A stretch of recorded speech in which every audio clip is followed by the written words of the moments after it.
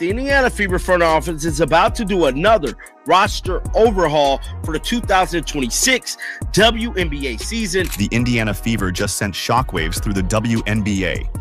Hours after their elimination, the franchise made a stunning move, releasing 8 players in a single night. Fans were stunned, insiders blindsided, and rival teams scrambling for answers. What could push a team to wipe out nearly half its roster overnight? Was this a bold rebuild or a desperate reaction to another underwhelming season? I believe a lot of players will be exiting the building like Elvis, bruh. They got to get the hell out of Dodge. Now, I'm telling you right now, I believe more than half of this team is going to leave. I just got to keep it real. A lot of players is going to leave. I believe a few big names is probably going to leave. And more importantly, we need to get the ball back to Caitlin. This isn't just about basketball anymore. It's about control, urgency, and the race to build a winning team around Caitlin Clark before time runs out. The move signals that Indiana isn't content being mediocre, and that every decision now revolves around maximizing the league's biggest star. No one predicted them to go this far, especially without Caitlin Clark. Now, granted, they was projected to be, final contenders, but that was with the roster that they had. Obviously, they had a whole nother roster, and like I keep telling y'all, momentum was the key. When the final buzzer sounded, the locker room atmosphere was tense. Players sat in silence, realizing some had just played their last minutes in a Fever jersey. Sources say this shakeup wasn't spontaneous. It had been brewing for weeks. Friction between management and coach Stephanie White over rotations and chemistry had reached a breaking point. The late-season collapse only confirmed what everyone already knew. Something had to give. Let us know down in the comments below if you agree with the changes and who Indiana should sign. We all know Stephanie White was running a whole lot of sets, bro. Whole lot of sets, whole lot of off-ball things, whole lot of things that Caitlin Clark really don't like to do, bro. Let's just be honest. Caitlin Clark is being the biggest trooper for this damn basketball team. But I think, just like I stated before, go back to the basics. By season's end, the front office had decided to start over. The Fever's system was holding Clark back, forcing her into rigid sets instead of the open, high-tempo style that made her a legend at Iowa. The offense had become predictable and slow, stripping away her creativity. Clark carried the load, but the joy that once defined her game was fading. Meanwhile, injuries exposed the team's lack of depth and conditioning. The result? A total loss of rhythm, energy, and belief. Granted, they was running this off ball and doing all these different experiments. Without momentum, I don't believe they would have made it as far. I believe they was playing meaningful basketball just due to the amount of injuries that the team took, and it kind of motivated them. They said it in their exit interview. The bench power pretty much motivated them and gave them the energy they need to prolong and get through a bunch of them long stretches in the series. So after elimination, the calls went out before sunrise. 8 players were informed they wouldn't return. Ruthless? Yes. But also deliberate. The Fever were done surviving. They wanted to win. The message was clear. This team would now be built entirely around Clark, Aaliyah Boston, and Kelsey Mitchell. Inside the organization, many had been pushing to return to the kind of system that unleashed Clark's full potential. Fast, instinctive, and unpredictable. Even Lisa Bluder's Iowa offense came up in internal discussions as a model. That system didn't just make Clark a scorer, it made her the conductor of everything around her. Let's listen to what Caitlin Clark had to say years ago. A huge reason why I came here, and that's what she preached to me in the recruiting process. You're going to have the ball in your hands a lot.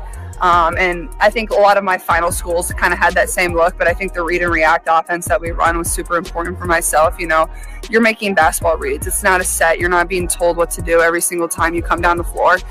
You're just playing the game you love. Now, yeah, I heard that, right? With new cap space, the Fever can finally find players who fit her game. Shooters, movers, and playmakers who thrive in rhythm. One insider even joked, "If you can't cut, shoot, or keep up with Caitlin, don't bother coming to camp." Clark herself has been patient but honest. In interviews, she's hinted that she wants a more fluid, natural style, saying she just wants to play basketball again. Behind those careful words is a competitor tired of limits. She knows when she's free to lead, the entire team levels up. Now, the style of play, and this is what I've been saying, we need to go back to the basics. And the basic is this style of play with Caitlin Clark, giving her the ball. Let her play freely. openly. Let her do what she do. No calling different sets going up the court. No doing none of this. Put players around Caitlin with that know how to obviously resets, know their responsibility, because Caitlin Clark said it herself. This roster purge marks a new beginning. For the first time, the Fever are truly aligning their identity with the generational player who transformed them into must-watch basketball. They're betting everything on Clark's style, fast, fearless, and fluid. If they get this rebuild right, Indiana could rise from frustration to contender status within a year. But if they miss again, they risk wasting the prime of a player who's already carrying the league's momentum on her shoulders. One thing's for sure, Caitlin Clark isn't just part of the Fever's future. She is the future. And after this shakeup, it finally looks like the organization is ready to build a team worthy of her. Let me see. Bree Hall gone, Shea Petty gone, Natasha Howard gone, Bree Turner gone, Damster's gone. That's 5. Ariel Powers, Sydney Colson. Hold on, Sydney Colson and Damster's 8. Yep, I believe they lose 8 players. For Indiana Fever fans, this isn't just a roster overhaul. It's an identity shift. Everyone knows what happens when Caitlin Clark is unleashed. The energy changes, the pace accelerates, and even opponents look rattled. This rebuild isn't about cutting players. It's about cutting excuses. It's about aligning every decision, coaching, recruiting, rotations, around the one player who reignited the WNBA's relevance. If the Fever truly commit to that vision, they could become unstoppable. But that depends on head coach Stephanie White. The same coach once credited for stabilizing the team now finds herself under pressure to evolve. Her structured offense, once considered safe, now looks outdated next to Clark's free-flowing brilliance. The front office has drawn the line. Either she adapts or becomes the next to go.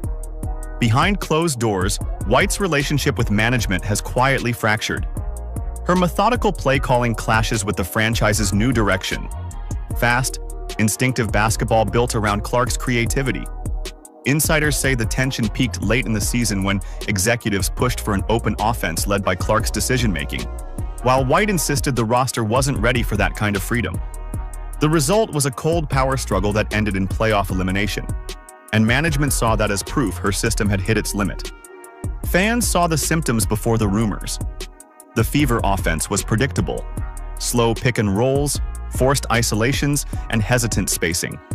Clark's improvisation was stifled by a playbook that treated her like a system player instead of a generational one. Her frustration showed in her body language: the hesitation before fast breaks, the glances at the bench, the